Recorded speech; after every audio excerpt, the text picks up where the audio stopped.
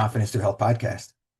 The topic today revolves around critics, and we all have critics in our life, whether they're vocal to us or not. We all have critics, and we know that because oftentimes we're critical of other people when we don't need to be. Um, so we have critics, and how do we deal with those critics? And more specifically, how do we deal with the criticism? Because the critic's going to come and go. They're going to say something and then they're going to leave, right? Or you're going to get a phone call and you're going to talk to them and they're going to be critical of you or your decision making. And then the phone call ends and they're gone. But what happens for a lot of us is we start to think about what they said. And is it true? And then we start to ruminate on it.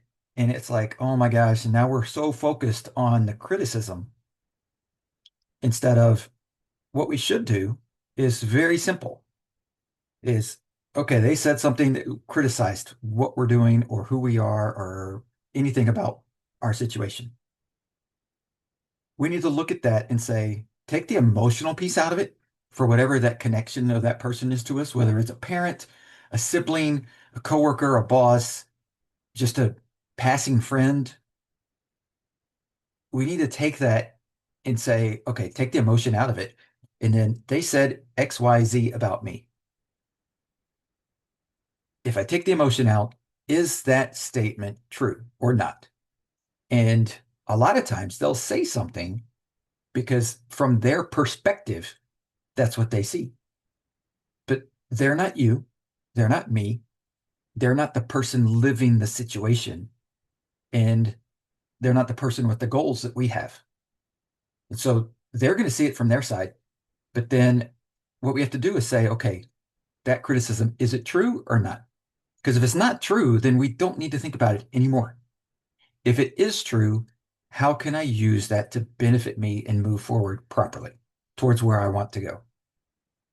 And this is very obvious a stumbling block for teenagers. I have two teenagers. I've been a teenager, obviously, because to get to this age, you have to have been. And it's a stumbling block because teenagers don't want to be criticized. They think they know everything. A lot of them do think that way. And they're not looking for someone else to give them direction. They want to just go figure it out and have fun. The criticism piece, though, is important because the other piece that teenagers don't understand, and a lot of times we carry this on later into life, is we don't understand how to separate that emotion from the criticism. And the emotion drives so many different reactions that really are oftentimes way over the top of where they should be. When if we just peel back the onion and say, okay, wait, they said this sentence, this phrase, this criticism. Is it true? Is it not? If it's not true and it doesn't fit your situation, then they simply don't understand what you're going through, what your goals are, what your situation is, and how you're approaching life. And they just approach it differently. There's absolutely zero wrong with that. And that's one of the things that I think gets so many people both in trouble, but also like in their relationships get twisted because that emotional piece leads to just being offended. And we oftentimes get offended for things that we have no reason being offended for. There's absolutely zero reason for most of the things we get offended for to be offended for that. But it's because we take the criticism the wrong way. And instead of saying, okay, wait a minute, you said this. Is it true of my situation? Is it not? If it's not true, leave it alone, let it go. If it's true, what are the steps I need to do to correct this? Those steps may include going back to that person and saying, hey, wait a minute, what did you see? You said this? What did you see that I'm missing in my path, in my journey, in my plan towards my goals that you saw from the outside looking in that I can take that and correct it? Right? Because oftentimes we get blinders on towards our goals and we go after it. And we have a wake of destruction because we don't pay attention to what's going on, and we just started just it's all or nothing towards those goals, which is one way to approach it, but it's not typically the way that life works well for us. I still want to focus on those goals. I still want to approach those things, but I've got to take that information in from the sides and I've got to do something with it without getting emotional about it and without getting offended about what anything else anybody else says. And I just need to say, okay, wait a minute.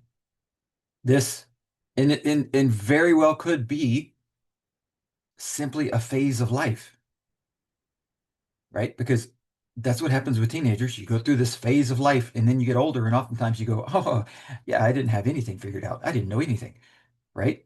Um, there's very little of the grand scheme that I knew what was going on. And, I hear this a lot from my 14-year-old son. You don't have any idea what it's like to be a 14-year-old boy. And I'm like, yeah, I was never a 14-year-old boy, so I don't know. Now, granted, we didn't have the technology that he has now. So there's some things that, granted, are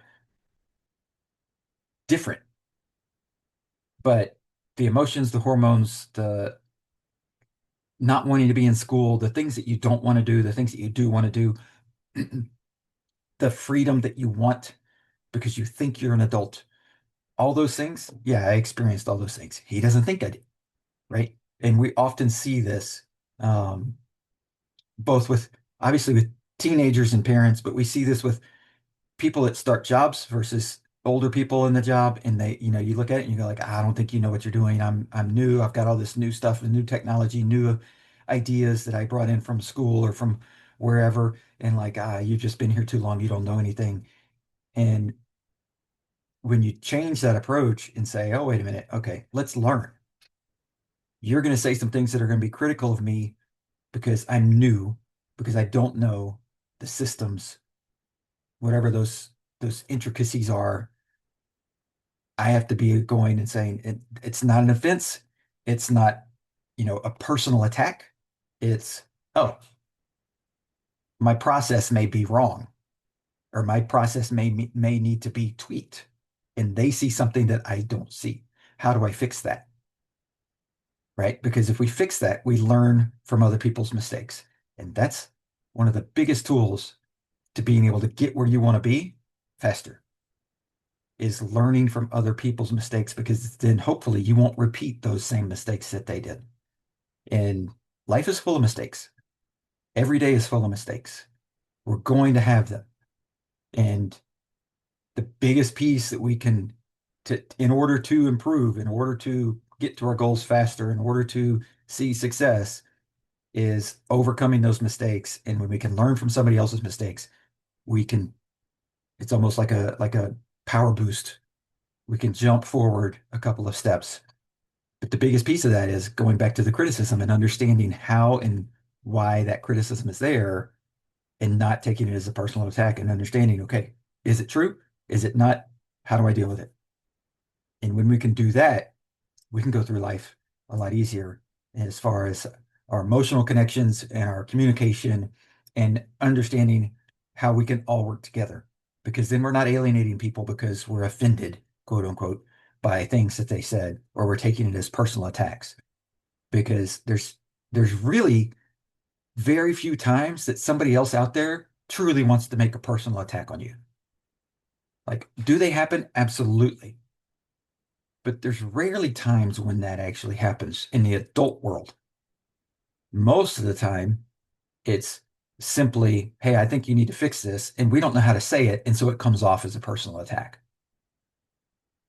And so it's fixing that communication piece, understanding what criticism is, and when people are trying to help but not know how to say it correctly. So that's the Life Lesson Friday for this episode of the Confidence to Health podcast.